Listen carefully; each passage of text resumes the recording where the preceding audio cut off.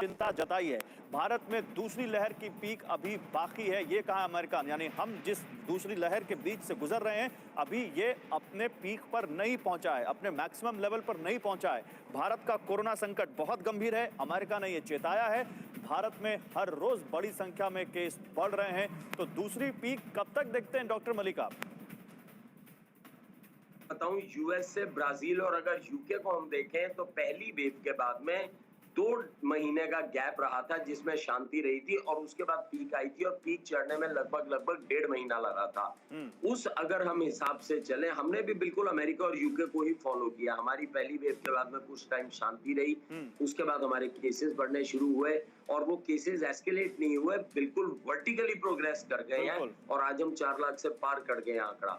मेरी अपना मानना है एज ए प्रोफेशनल कि आने वाले 15 दिन तक ये पीक नहीं आने वाली, केसेस अभी बढ़ेंगे आने वाले 15 दिन तक और 15 दिन के बाद में हो सकता है हम पीक अचीव करें, लेकिन पीक को उतरने में और स्थिति को सामान्य होने में अगला 1.5 महीना लग जाएगा।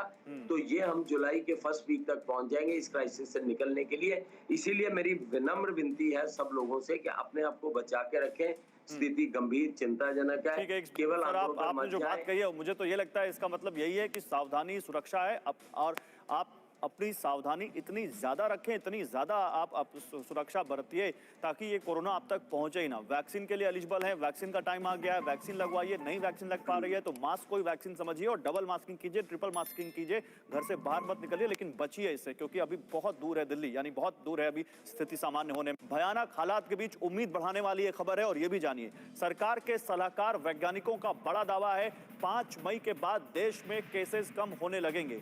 3 से 5 मई के बीच दूसरी लहर की पीक हो सकती है, यह दावा भारतीय वैज्ञानिकों ने किया है। तो अमेरिका कह रहा है कि अभी पीक दूर है, लेकिन भारत सरकार के सलाहकार जो कह रहे हैं वो ये कह रहे हैं कि 3 से 5 मई यानी 2-3 दिन में पीक आ जाएगी। डॉक्टर भट्ट, आप इससे सहमत हैं?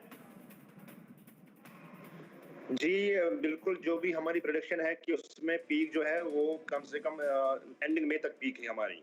जिस तरह से केसेस बढ़ रहे हैं, एक्सपोनेंशियली रेज केसेस हो रहे हैं। अब अगर आप देखेंगे कर्व क्या थी, जो दिसंबर जनवरी फरवरी में पूरा बेसलाइन पे आ गया था ये कर्व, लेकिन अचानक से मार्च में आप देखेंगे इंक्रीज हुआ ये कर्व, एकदम वर्टिकल कर्व हुआ है।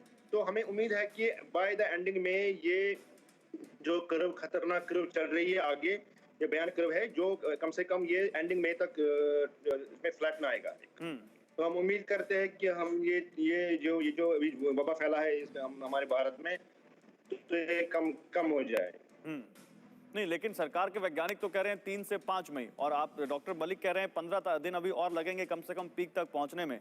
तो ये 3 से 5 वाली बात तो थोड़ी मैं उससे सहमत नहीं।